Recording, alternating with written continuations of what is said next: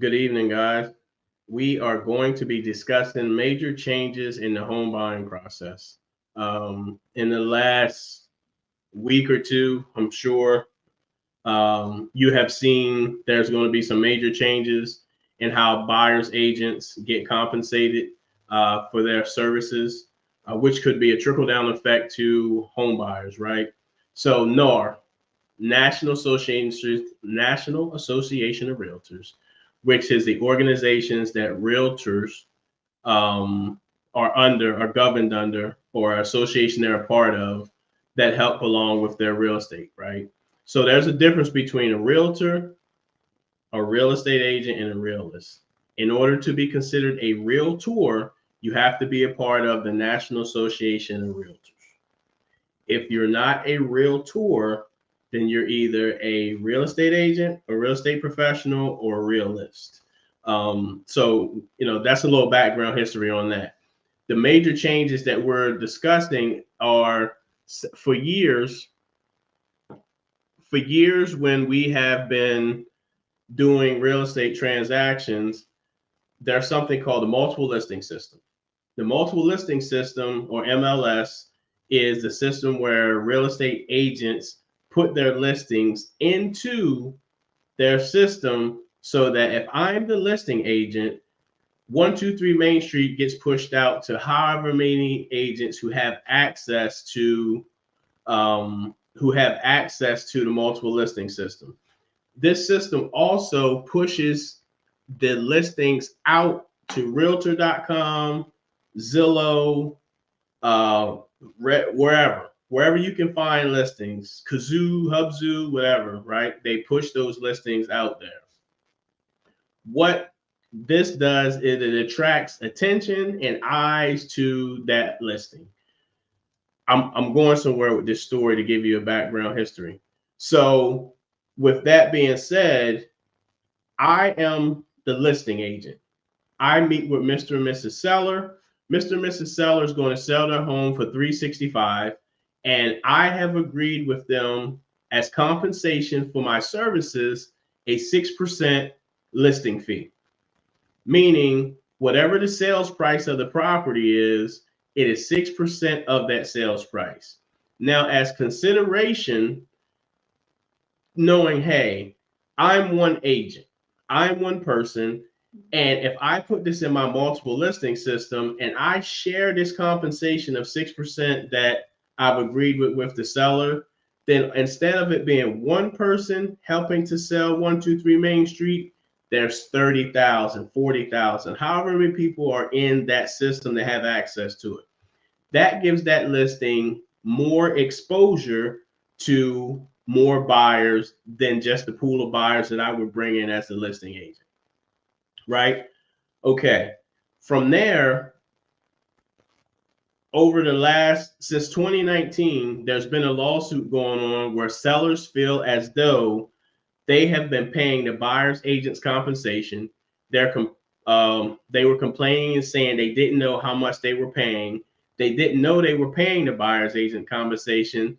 They felt like realtors were making too much money helping them sell their home. That's why some people are against real estate agents or realtors. Some think they get paid too much. But then the true value of a real estate agent is not really put out there, right? So what they did was they filed a class action lawsuit back in maybe October or November, September, October of 2023. They were discussing, hey, NAR is being sued for like $3 billion, right? Because they said, hey, we want our money back. We paid these people. We didn't know it cost us millions and billions of dollars because we paid these agents and they weren't working for us. They were working on the buyer's behalf, right?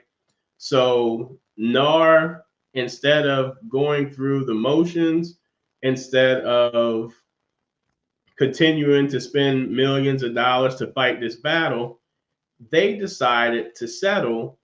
They decided to settle on $418 million.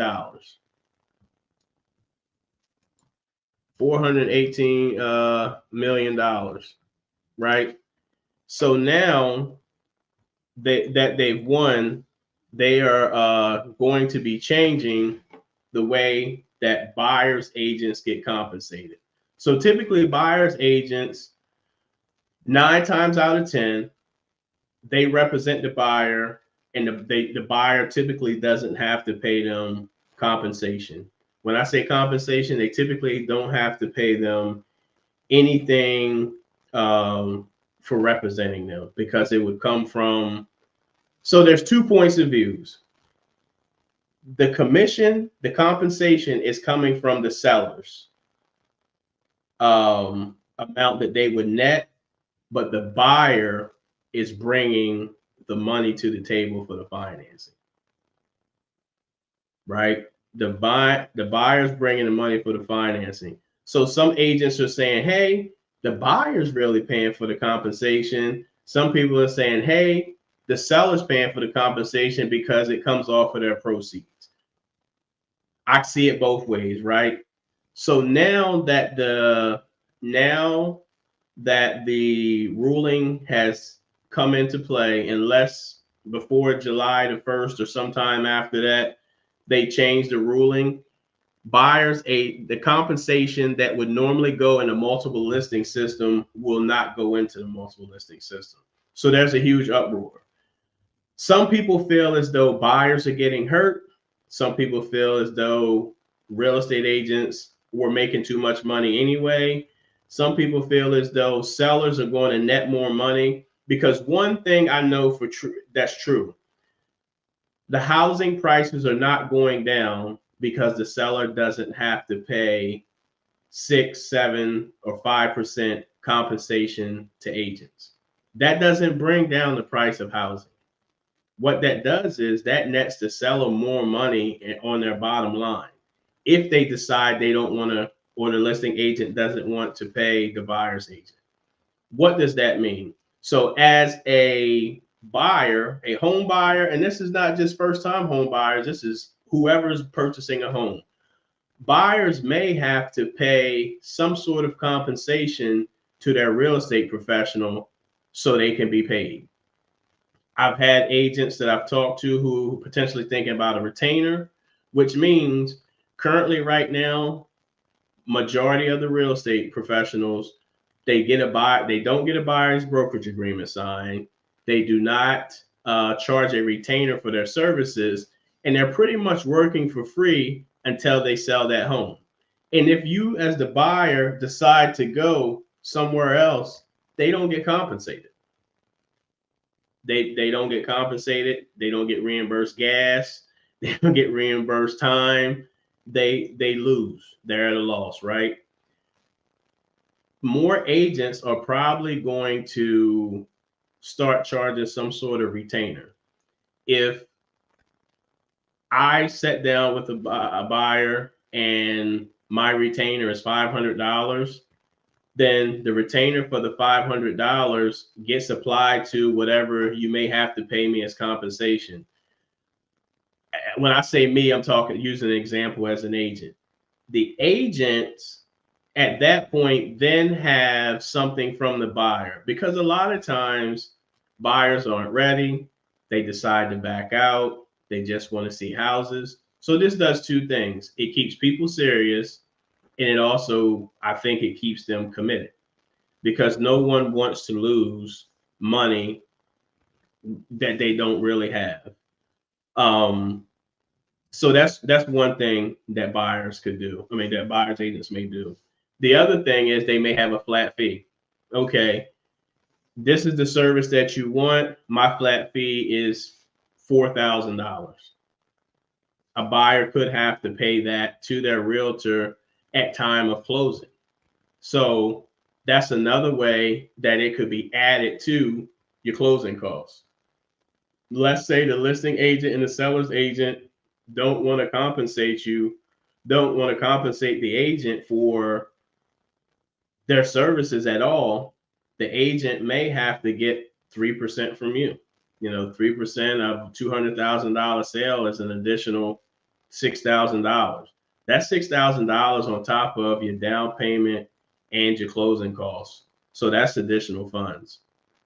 Somewhere or another, the agent, there's going to be something where agents are now compensated from the buyer for their services. It could be where they made up the difference of the seller wants to give 2%. The way that this particular buyer agent works, they want 3%. So it just kind of all depends. That means you have to provide the additional 1%. On that same $200,000 house, the seller's paying $4,000 to that buyer. The buyer is, to the buyer's agent, the buyer is now going to have to chip in 1%, which is an additional $2,000. Right now, this is all speculation. Up until July the 1st, 2024, everybody's still doing business as usual. I have seen some agents post some changes. However, right now, everybody is still doing business as usual. So let me give you some more backstory, guys. I'm telling you, this is going somewhere. So technically, the commission has always been negotiable, meaning there's never been a set or flat set fee that the Real National Association of Realtors or realtors nationwide have come together and say, hey, we are going to charge across the board 6% to anybody and everybody. That agreement has never been put in place. So it's always been negotiable. If you had the ability as a listing agent to negotiate 7%, 10%, then you could charge 7% or 10%.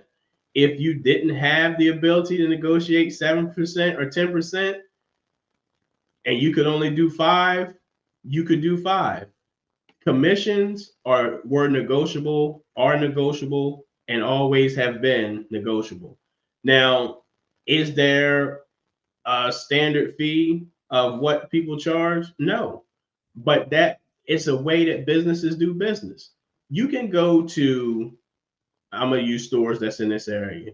You can go to Walmart, you can go to Kroger, and you can go to Publix, and you can all go get a loaf of bread. At Walmart, the bread may be $3.97. At Kroger's, it might be $4.39, and at Publix, it might be $4.99.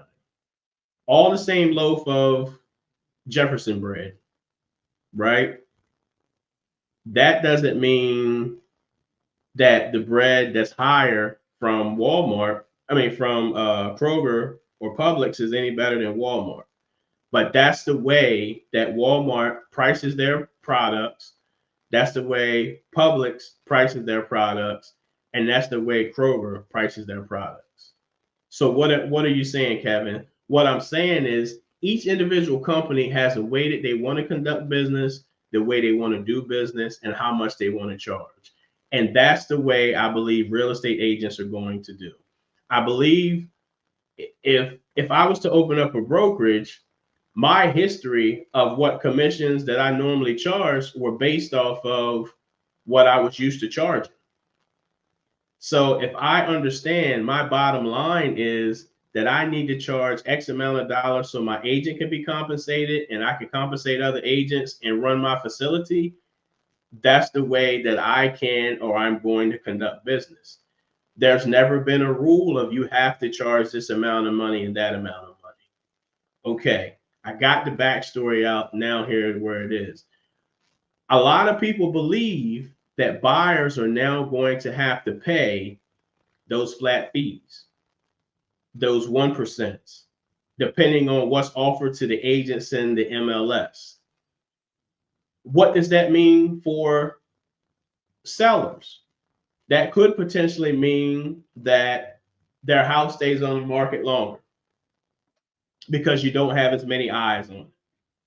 That could potentially mean for the buyer that instead of me now just having to come up with down payment, closing costs, I've got to come up with compensation for my agent. A lot of buyers just have enough to buy. There's a ton of buyers who use down payment assistance programs, state bonds, and grants because they qualify numbers wise, but in terms of actually physically having the money, they need assistance. They need assistance with down payment assistance. They need assistance with closing costs. Like most buyers need some type of assistance, even especially first time home buyers. So with them potentially having to come up with another fee that they charge, it could potentially be the way that business is conducted. But what does that do? That may just delay when a buyer can buy. If they need $15,000 for down payment and closing costs, and now all of a sudden they need an additional $3,000, they're going to have to ask for, they're going to have to save or figure out where they can get that $3,000 from. Hey guys, this is Kevin Jefferson, the People's Lender. If you are following us or just joining this conversation, I've been going through the history of what I know and what I've researched on compensation and major changes that are happening in the real estate market. Things that could potentially, at this point, we're discussing what could potentially cost buyers more money. It could potentially cost sellers properties being on the market longer. It also affects how real estate agents are now going to potentially conduct business. If they're going to change their business model, are they going to be charging buyers more so often? All of these things, it's all speculation at this point because none of the changes have particularly been made, but this could affect the first time home buyers hugely and immensely because now they have to come up with additional funds. If you're new to the channel, do me a huge favor and hit the subscribe button. Also, if you have any questions, I will be answering questions tonight. Drop them over in the chat and I will get to them. But I want to make sure I give you a good understanding of what's going on in the market and how you could or could not be potentially affected. So now that you may have to have the additional $3,000 as we discussed, now you may have to save it. You may have to get a gift from a family member. You may have to forego the process until you can come up with the funds. What happens if the seller doesn't have the ability to give you seller's assistance for closing costs? Those are all things that play a part into the buyer buying. The big part that a lot of people are also mentioning is the financing piece. As of now, you cannot finance in a a buyer's agent's compensation. Not with FHA, definitely not with VA, not with USDA or conventional financing. So the buyer is literally potentially going to have to come up with those potential funds, or if the listing agent and the seller are only contributing 2%, that agent has to decide, is that what I'm going to take in compensation? Now, let me be clear. 2% of $200,000 is $4,000 for a transaction. So that's not a little bit of money, but it's also sometimes not as much as it could be if they could do more or charge more, because agents work hard. They make, there's some deals as agents, they show 3 houses and boom, somebody likes it. Or they go to a new construction and they only show a couple of houses and floor plans and they like it, and boom, they made their $5,000, $6,000, $7,000 if that's what it is, right? But then you also have where they show a person 20 houses, 30 houses. And sometimes the houses are an hour and a half away. Like I had one realtor drive 2 hours away from where she lived to show buyers houses. And she didn't just show them one, and she didn't just show them one time. So all of that time and wear and tear that realtors have or put on their car affects their ability to do business somewhere else, right?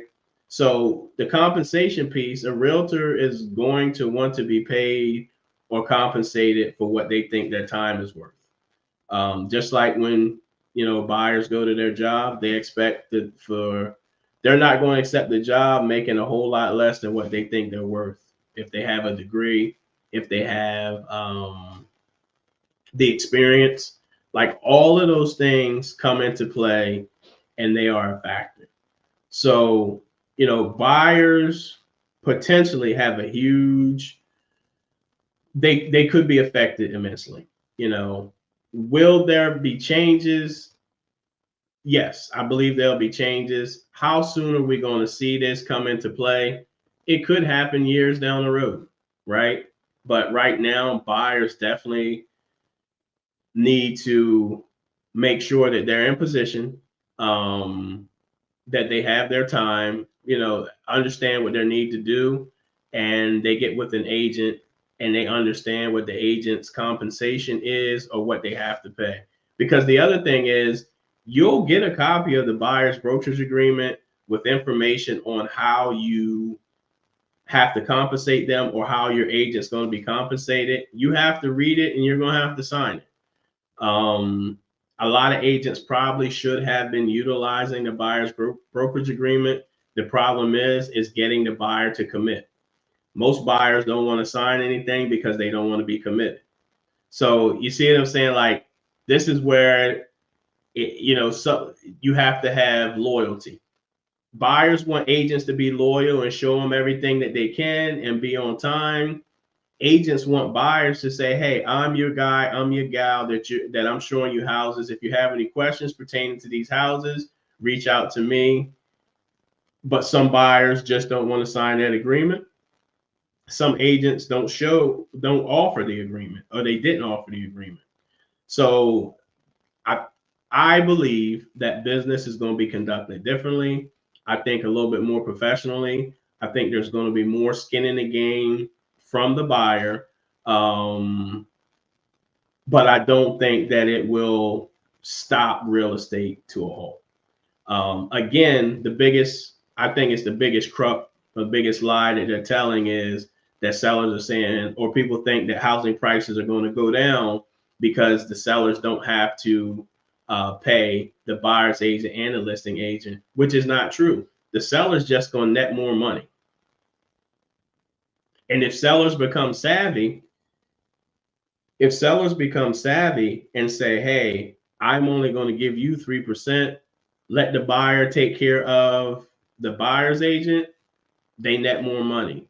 Or the listing agent may get 6%, and because they feel as if though they have to market more and do open houses and more photos and more videos to get the house sold, because there could be potentially less people looking, that also could mean that they're going to offer less compensation. Um, it's a big change. Let me take a look. It said this sucks for first time home buyers because they barely have enough money for the down payment and closing costs. How is this good for buying agents? They have to level up. So when they're going, brown sugar, when they're going to negotiate the contract for you, they're also going to have to be better negotiators at negotiating compensation for themselves from the listing agent as well as from the potential buyer. Now, in commercial real estate, it's common that they negotiate their compensation for the transaction, and sometimes they have to get that compensation from, and most of the time in commercial, they have to get that compensation. Commercial is different. Residential is definitely going to see an effect. I don't, so while I'm talking and discussing, if you're out there and you're listening, I'd like to see your insights and thoughts. How do you feel with the fact that you now may have to be paying the compensation for your buyer's agent? Also, what I want to know is, if in order to get around using the buyer's agent, are you going to go directly to the seller's agent whose sign is in front of the yard? definitely, drop that in the chat and let me know what you think. If you're watching the replay, drop it in the comments. If you're watching it live, drop it in the chat right now. So the gift and the curse. If you go directly to the listing agent, yes, you have someone negotiating directly with the seller. That listing agent still may charge you compensation. So are you really saving money? Or if you go directly to the seller's agent and their responsibility, their fiduciary responsibility is to the seller. If anything were ever to happen and you had to go to court, they would be there on behalf of the seller because that's who their agreement's with. So I also thought or heard someone say, hey, they'll probably start, going without, potentially could stop using a buyer's agent. Some people could not use a buyer's agent and maybe go straight to an attorney to have them draft up the contract. That's a fee charge. Attorney's going to charge for their time. And if you're going back and forth negotiating and you have this attorney working on your behalf, or changing the contract as you need changes, depending on how many times you negotiate, that's going to run up a bill as well. And at the end of the day, you may still also be paying the same amount you would have paid a buyer's agent. That could give attorneys an opportunity to increase their fee. And see, so you're probably thinking, well, in a real estate transaction, I already have to hire an attorney to do the title work. If I'm not mistaken, I don't think the attorney who draws up the sales contract can actually do the title work. So you'll be paying 2 attorneys' fees. I'm pretty sure down payment assistance programs won't allow for you to use any additional money to go towards an agent's compensation. We already discussed that financing won't allow for it. Yep. Also, financing as it stands right now won't allow for you to compensate the agent in the contract. So instead of you having your $18,000, $19,000 available to purchase now, you may have to figure out where those additional funds are coming from. So it's going to be interesting. It's going to be interesting. That's going to change along with, interest rates increasing, decreasing, housing prices increasing, and increasing because they haven't decreased. Some of the same people looking for the market to crash, looking for record low interest rates again. It's going to be some changes. Some other changes they're looking to make are junk fees. Junk fees are fees that lenders charge that we had to charge based off of the changes that were made to the way we did business after the collapse of the real estate market and them implementing licensing back in 2010. The CFPB, who governs a lot of those fees, are now looking at what they call lender junk fees.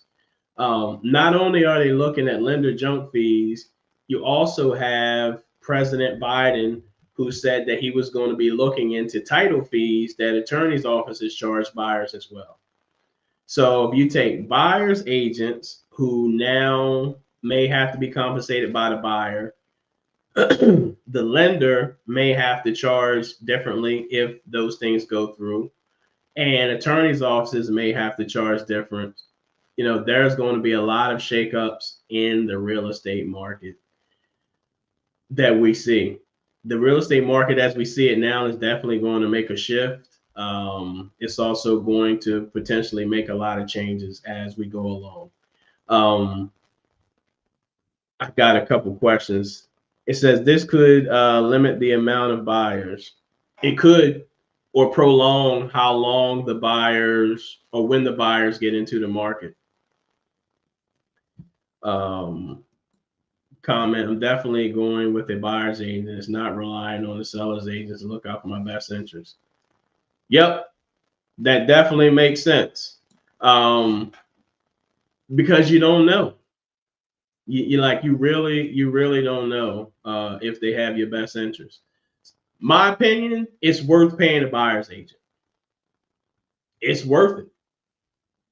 It's worth paying a buyer's agent because think about what they do. When you're at work at your 9 to 5, and some people don't have the ability to hop on the phone when they can hop off, that buyer's agent is in the background negotiating with the listing agent. They're talking to the attorney's office to make sure that the title work or settlement set up. They're setting up the inspections, the home inspections, the termite inspection. They're coordinating the closing date. They're talking to the lender to make sure everything's fine. If something happens or goes awry, they're getting amendments and addendums to make those changes to make sure that when you go to the closing table, you are not stuck or get screwed in any fashion. Most agents, right? So they do a lot of work. If a buyer who was a novice or didn't know exactly what they were doing, or not up to speed on those changes or the time frames that need to be met in contracts, they could cost themselves earnest money. Heck, there are some agents who don't know about the changes or what to do because it's repetition. It has to be with time. You may run across the sellers, and then it may be for sale by owner. It might be more for sale by owners. They may say, hey, I don't want to pay them. I don't want to pay 6%. I can sell it on my own, what some people think they can do now. So then you have a transaction where you have two people who have never sold real estate or don't know about selling real estate trying to conduct the largest purchase in one person's life and the largest sale in the other person's life. Somewhere or another, it's going to get messed up. Does a buyer really need an agent? In my opinion, yes. I think they do need an agent. Unless you have the ability to negotiate and get the deal closed and done yourself, I think that they need an agent. Because I'm going to tell you, if you don't have an agent, you know who you're going to rely on? The lender. And that's not what we do. When someone comes to me with a for sale by owner and they don't have a buyer's representation, they try to lean on me, and I know what I'm doing, but that's not what I do. At the end of the day, the stuff and questions that you have, I can answer, and I'll answer to a surface level, but you need that buyer's agent. Even if you go to that buyer's agent in that transaction and say, hey, I'll pay you, 1% of the sales price if you can look over the contract and help me from here. It's up to that agent to decide whether they want to or not. But in a transaction, you definitely need somebody who knows what the heck they're doing. And you can't rely on your lender to help you out in this transaction.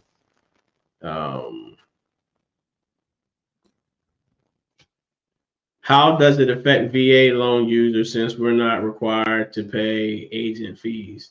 It is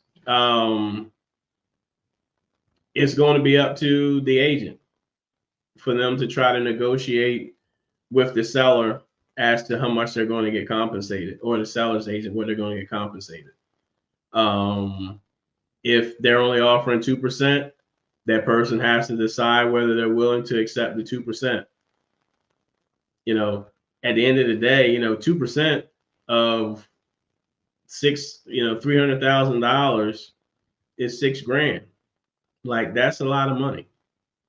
That's a lot of money. Would I walk away from $6,000 if I had a buyer in hand? If I was a buyer's agent? No, not at all. I wouldn't. Is it the 3% that you normally get? Would you normally get 9,000? Possibly, but I'm not going to walk away from 6.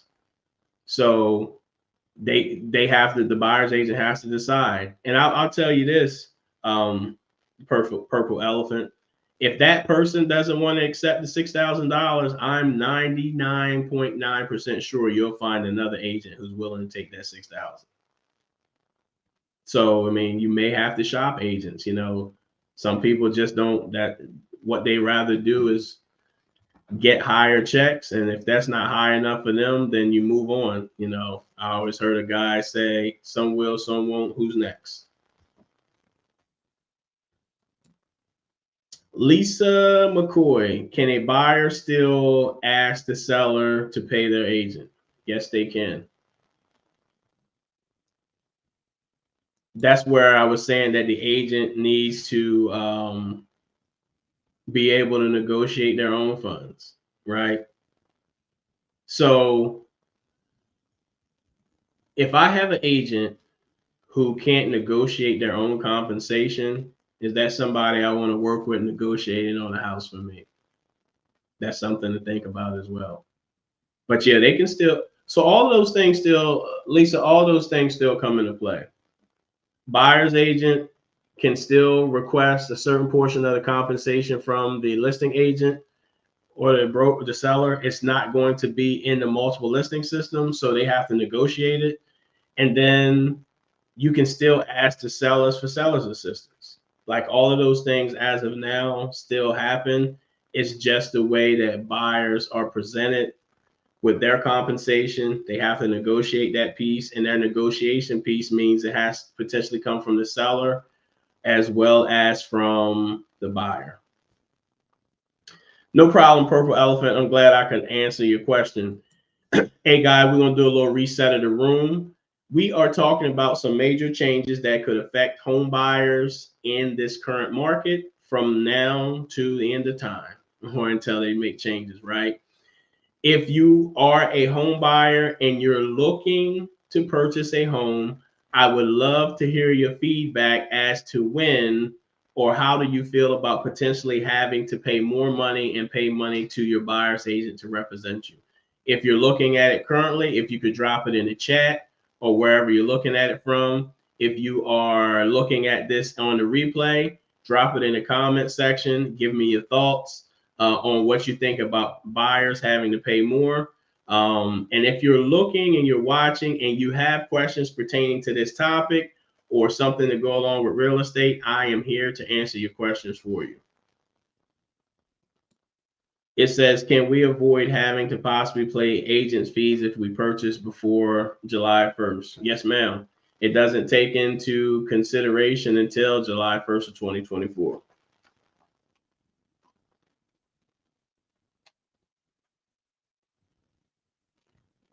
Yep, it doesn't take place until the changes don't take shape until July 1st of 2024. Hey guys, if you are also on this live and you have not joined my newsletter, do me a huge favor. The link will be below to join my free newsletter.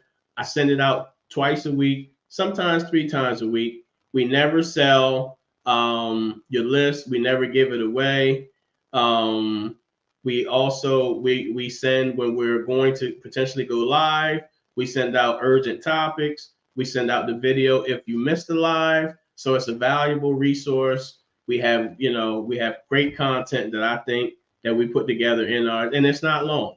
It's not long at all. It just hits and quits. It lets you know about trending topics. It lets you know about things that's going on in the real estate market. So do me a huge favor. If you want to be a part of the newsletter, the free newsletter, the link will be below for you to register, and we'll have a free email gift for you for registering.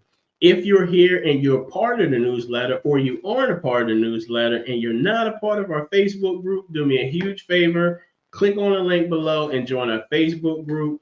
We send out messages 5 times a week. We talk about mortgage tips. We give trivia questions. We do Winning Wednesday. We give FICO information. We got mortgage tips on Tuesday. We have people winning. We're starting to grow. We're having people have houses under contract.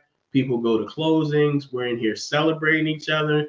And as we continue to grow, we'll have more and more people who can be cheerleaders for each other, because sometimes you don't have someone to cheer on for you. So definitely do us a huge favor and join the group. You will not regret it.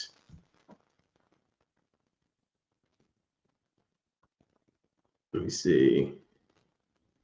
Zandra, okay, that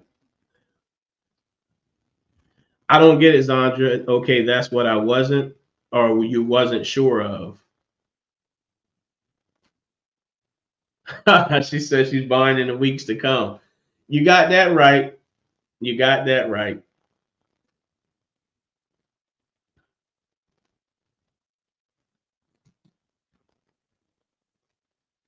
Free your mindset. I feel terrible. If it isn't one thing, it's another, just more disparity. I can see your point. You know, some people scrape and scrounge to come up with their funds. So one thing as people, we're very resourceful. If we want something bad enough, we'll find a way to get it. Whether it's saving, it's borrowing, collectively coming together, working a little harder, selling something. Um, we're resourceful people. The fact that housing prices are increasing, interest rates are a little bit higher, and we may have an added charge does look very disparaging, but it is not discouraging. I truly believe where there's a will, there's a way. It may take a little longer than normal. However, I believe that if you work hard enough and you get with a knowledgeable team who gives you a game plan, I think you can get to the finish line.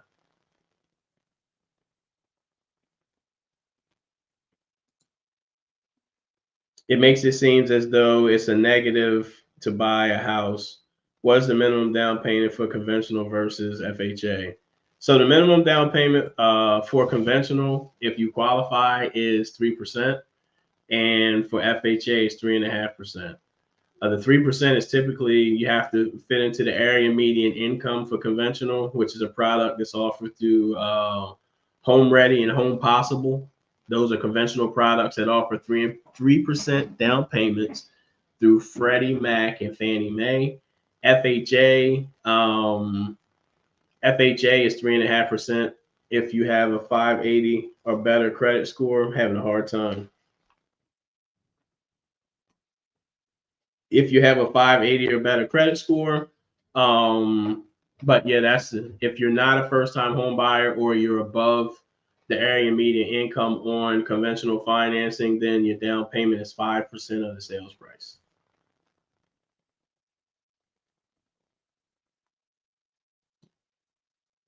The Blackboard says, how do you shop for an agent? That is a great question. First of all, if I am the person that is helping you lend, or if I'm your lender, one of the questions I'm going to ask you is, do you have a real estate agent? If you do not have a real estate agent, I can refer you to one who I have a relationship with. I'm allowed to lend in all 50 states in DC, and I have connections in all 50 states in DC, right? That's one way to get your lender from having an agent is getting a referral from your real estate agent, from your lender. Another way is to potentially get a referral from a family friend or a friend or coworker, or you can go online and just kind of see and put in real estate agent in New York, New York. And then you'll probably get a million agents in New York. And then you just kind of figure out who does what. Sometimes, so what people don't understand is interview the agent the same way you interview a lender or you interview anybody else, because all agents are not created equal. Because they have their license, all of them don't have the same understanding of the real estate business. It doesn't matter if they've been in the business 20 years or 20 months, still interview them. I know people who've been in the business for 20 years and haven't done 20 transactions. I know people who've been in the business 20 months and have done 20 transactions. So the time in the business doesn't necessarily give you skill level or ability to negotiate. how many transactions have you been a part of is key. Sometimes you have agents that are super busy and they have teams and they refer you to someone on their team and they manage the team so they know what's going on in the transaction.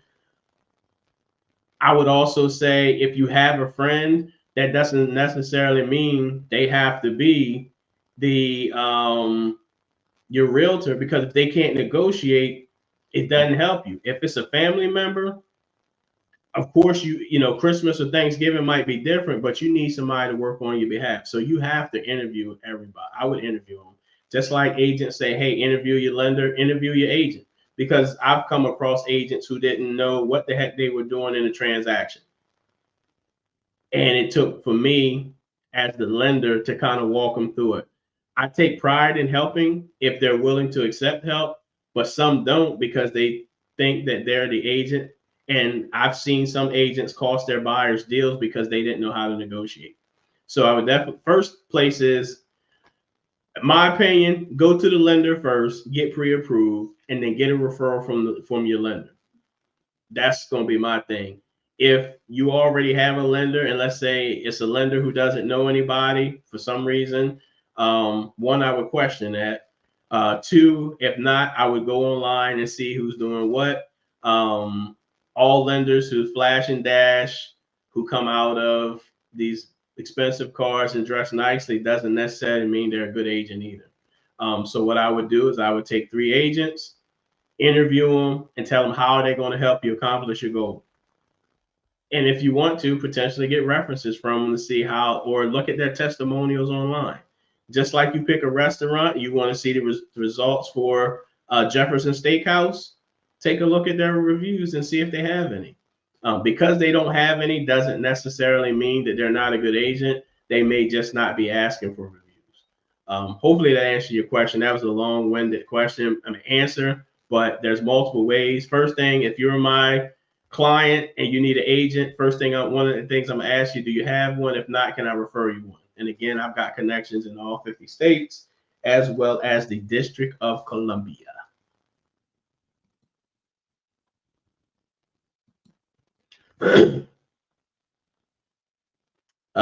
My husband will be on deployment when it's time to start the pre-approval process.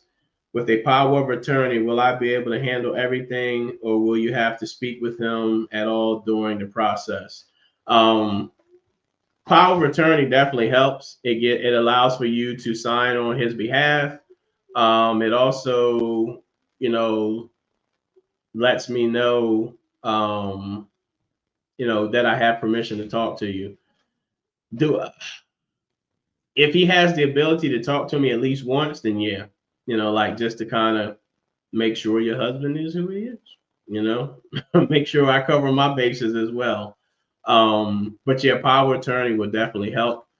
Tell your husband thank you for his services, and we hope he returns home safely.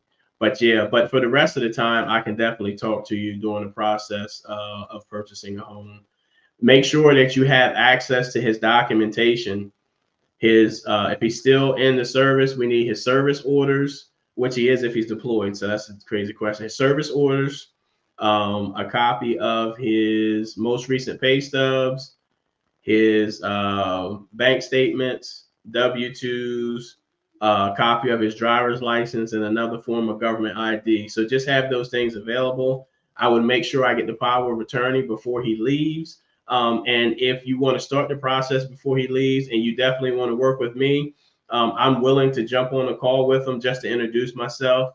But I've had plenty of clients whose spouse, sometimes the husband stays back, sometimes it's the wife, but they've used power of attorneys. Sometimes both were over there, and we had them have an intermediary who was a family who was doing their power of attorney for them as well. So as long as we have a power of attorney, we'll be good to go.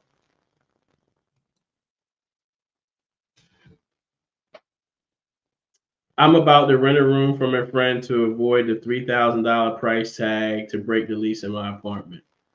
I'm willing to make the sacrifice, especially with the new developments coming in July 1st.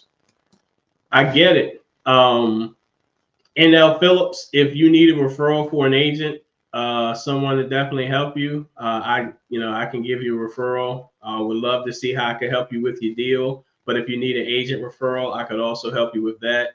And again, because the agent charges 1% doesn't necessarily mean you have to take it. So this is what I didn't skip over it. I didn't think of it this way. You're interviewing with an agent. The way that they conduct business may not line up with your pockets. So that's where you go and you interview with different agents. Now, someone like myself as a lender, I deal with a ton of agents all the time. And I understand and I know at that point, I'll probably have a good idea of knowing who's going to conduct business a certain way. And I would refer them to you based off what you have. I'm going to take up for agents as well. A lot of people think that all agents are greedy. They're not. They're not greedy. Do they want to be paid their fair share? Yes. So if you think about 2%, let's say they were offered 1%. 1% of $150,000 house, depending on where you live, is $1,500. They may spend that in gas and time, so they may have to ask for another 1%. That's an additional $1,500. If it's if they ask for 1% and it's 300,000, then that's $3,000. If it's 600,000, that's $6,000 at 1%. So, but I do believe there's going to be agents who have the ability to negotiate their compensation from the seller's agent. And I believe there are a lot of seller's agents who are wise enough to know I'd rather sell this house in 60 to 90 days than to have it on the market for 6 months, potentially lose the listing because I haven't sold it, all because I want to keep an additional 3% or 2% and not share it with other real estate professionals who have ready, willing, and able buyers. NL Phillips, make sure when you do move in and rent a room with a friend that you save. If I can give you any words to the wise, continue to save your old rent payment as if you're paying it. That way you don't get too comfortable and start spending more because you don't have that additional bill. I've seen it happen far too many times, and some people say, I wish I had known that sooner.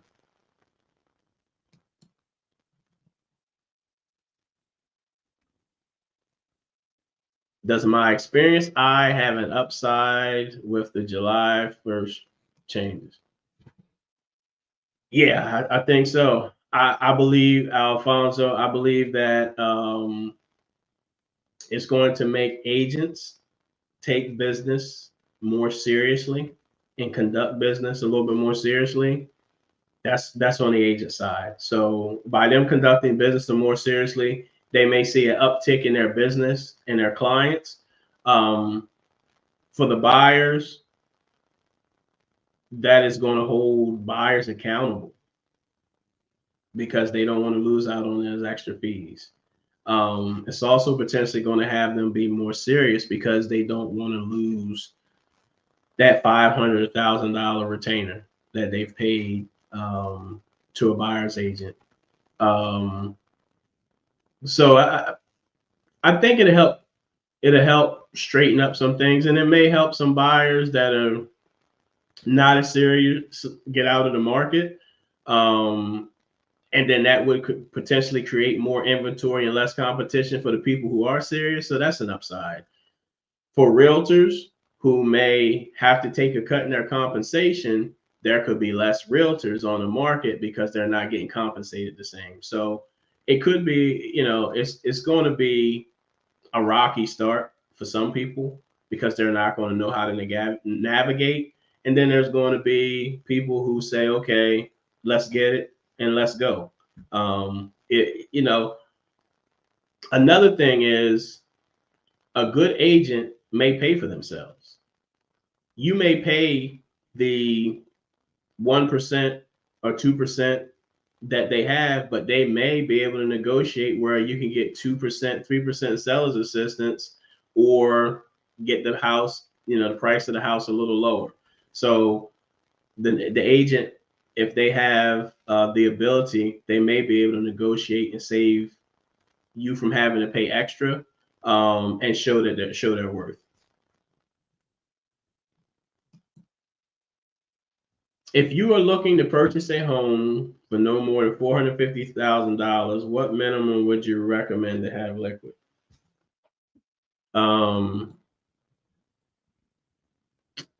It's going to vary for everybody. On $450,000 house, $450,000 house, if you're doing FHA, your down payment, I gotta do the math, times 0.035. Your down payment's gonna be like $15,750. That's just the down payment. If you have a strong credit score, you won't need reserves. So you probably, in this market, you might need 30 grand, 15 for down payment, 15 for closing costs. Because remember, you're buying $450,000 house.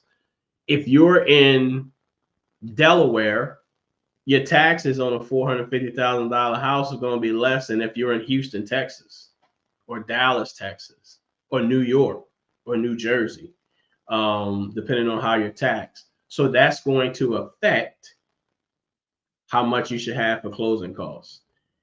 And that's an awesome segue, because the link below, there will be a link below to a video that I did on closing costs.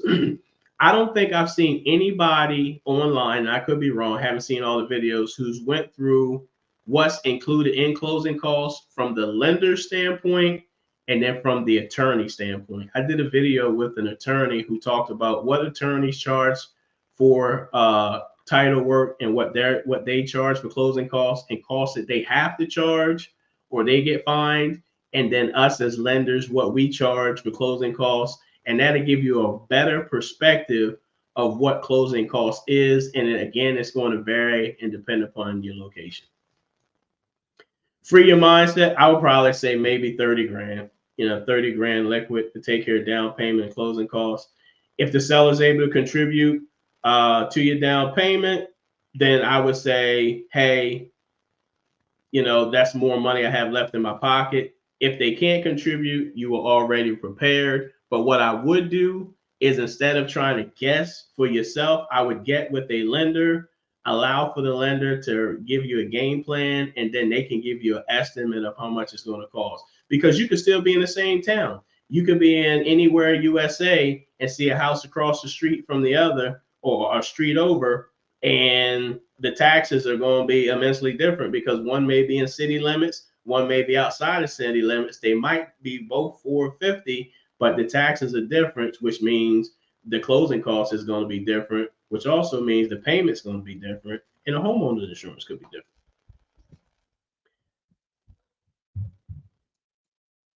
Thank you, Mr. Aaron. Approved Loans. Makes me feel special when you got another loan officer listening to you. I appreciate it, bro. If you were a first-time home buyer like me, what would be some key metrics you would look for in an agent? Ooh, that's a good question. I wish I could give you something. I wish I could give you a what's it? Not Cash App. What's that thing called on YouTube? I forget. If I was looking for an agent, so I do look for agents. I'm not a first-time home buyer, but I do look for agents. So what I would look for is someone who has me and my family's purchase in their best interest. I'm sad. I'm sorry to say, but I need someone that's experienced. When I say experienced, I don't care how many years you've been in the business. How many transactions have you successfully gone through?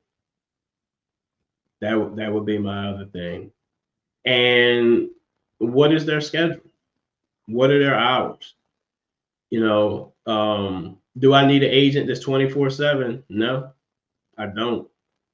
But if my agent is not available when I need them, and I mean like available when you need to show a house, not because you want to see a house and them to pick up from their family and go show a house, that would be another thing that would be important to me.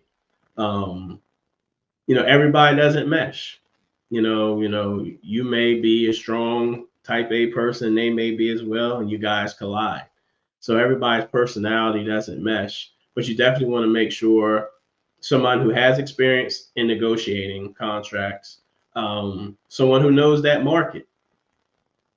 You want somebody who knows the market that you're in, and then you want to have somebody who has you and your family in their best interest. Those would be the things I look for. Again, hey guys, listen.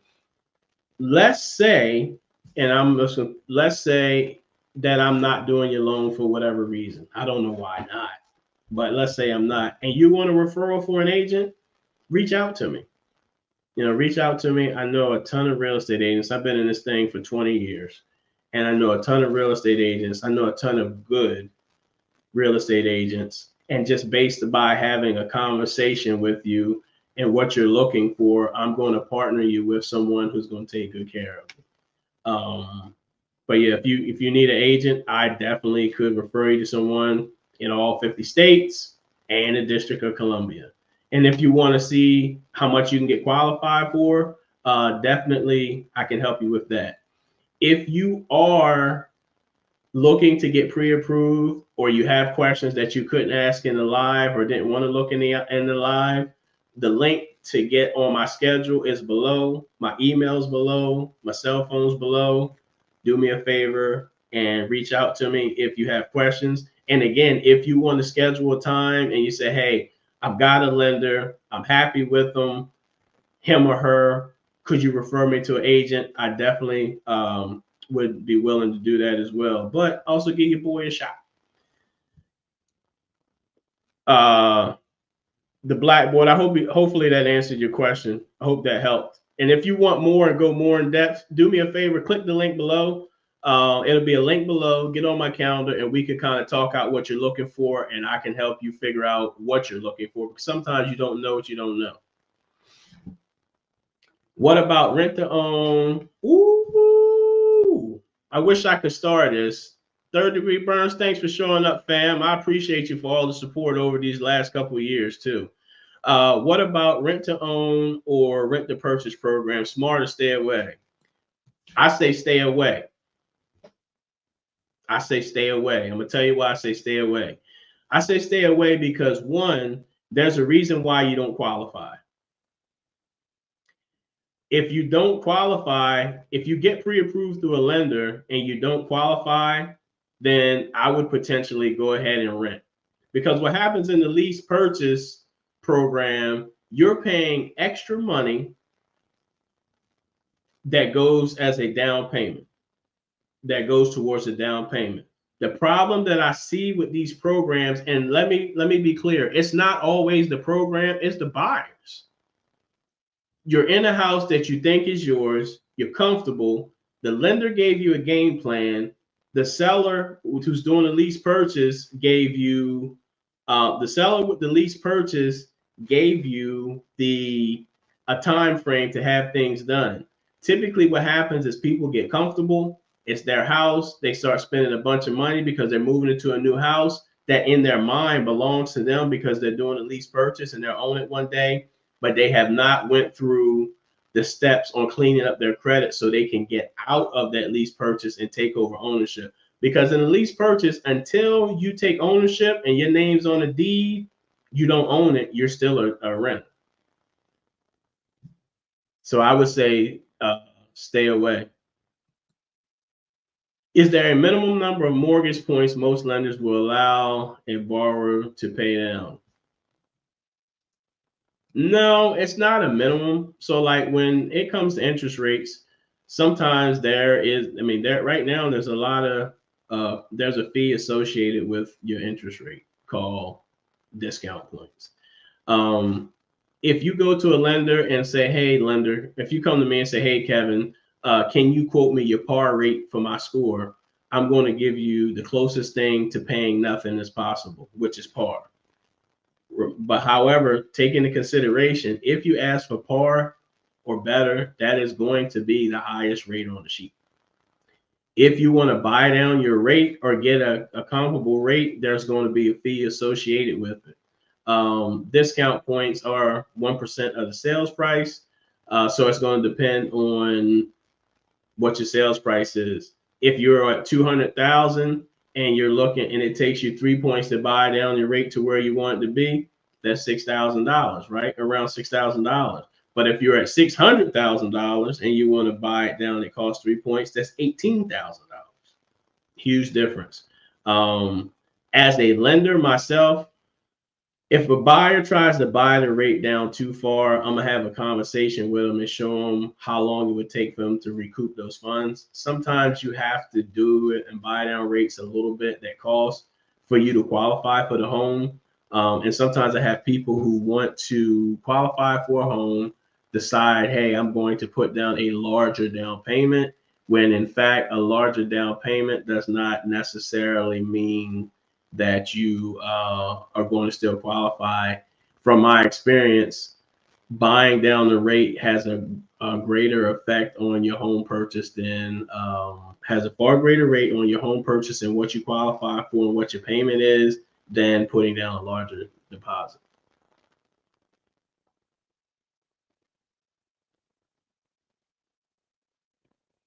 A couple more questions and then it's getting late. My Cali people must be out here. Should we schedule a consultation with you prior to applying, planning to apply? Yes, I prefer to have a conversation with the buyers before they apply, and I'll tell you why. So when I'm looking at your application, I have some framework of what it is, the goal we're trying to accomplish. Sometimes people go to the application and I see the name and I'll reach out and call. But for the most part, yes, schedule a consultation. And once we finish the consultation, if we decide it's a right fit for us to work together or it makes sense to start the process now, I will send you a link to my online application as well as a set of documents that will be in the body of the email that we need to finish the pre-approval. What's the minimum credit score you recommend to get a good mortgage rate? I'm gonna say 640. Now you'll probably hear, oh, the best way to get the best rate, you need to have a 740. That's potentially true. But sometimes the 640 and the 740 get the same interest rate. The only difference they have is how much they have to pay for discount points. The other thing is if you decide to wait until you get the 740 credit score, how long is that going to take? Is it going to take 6 months? Is it going to take a year? If it takes a year, did interest rates go up? Did they go down? Are you paying the same thing you would have paid? Or are you paying more? Did housing prices go up? But to get a decent, interest rate, 640, 660. It also depends on your debt to income ratio and if you have any reserves. So all of those things go into play. You can have a 700 credit score and no money, you're a higher risk. You're still a higher risk because you don't have any reserves or money left over. Hey guys, this has been great. I appreciate it. If you are new to the channel, do me a huge favor, give me a thumbs up. If you think that this video was worth your time, I appreciate it. Give me a thumbs up as well. Also do me a huge favor if you're new to the channel and hit the subscribe button. Please hit the subscribe button so you get notifications when I go live. I got a couple action items for you guys before we go. If you want to join my Facebook group, the link will be below. Also, my free newsletter, the link will be below. Please, please, please, because we're talking about the cost of buyers, watch the video. The link is going to be below the video to what the true cost of closing cost is from a lender's perspective, as well as from an attorney's perspective. And we did an interview style. We both went over what it would cost or what potential costs or things that we charge. And if you want to get on my schedule and do a consultation, definitely reach out to me, grab a call, and let's see how we can get you in a home and become a homeowner. What is the latest we're able to schedule a consult? We have a big time difference. It's 10 a.m. Wednesday here.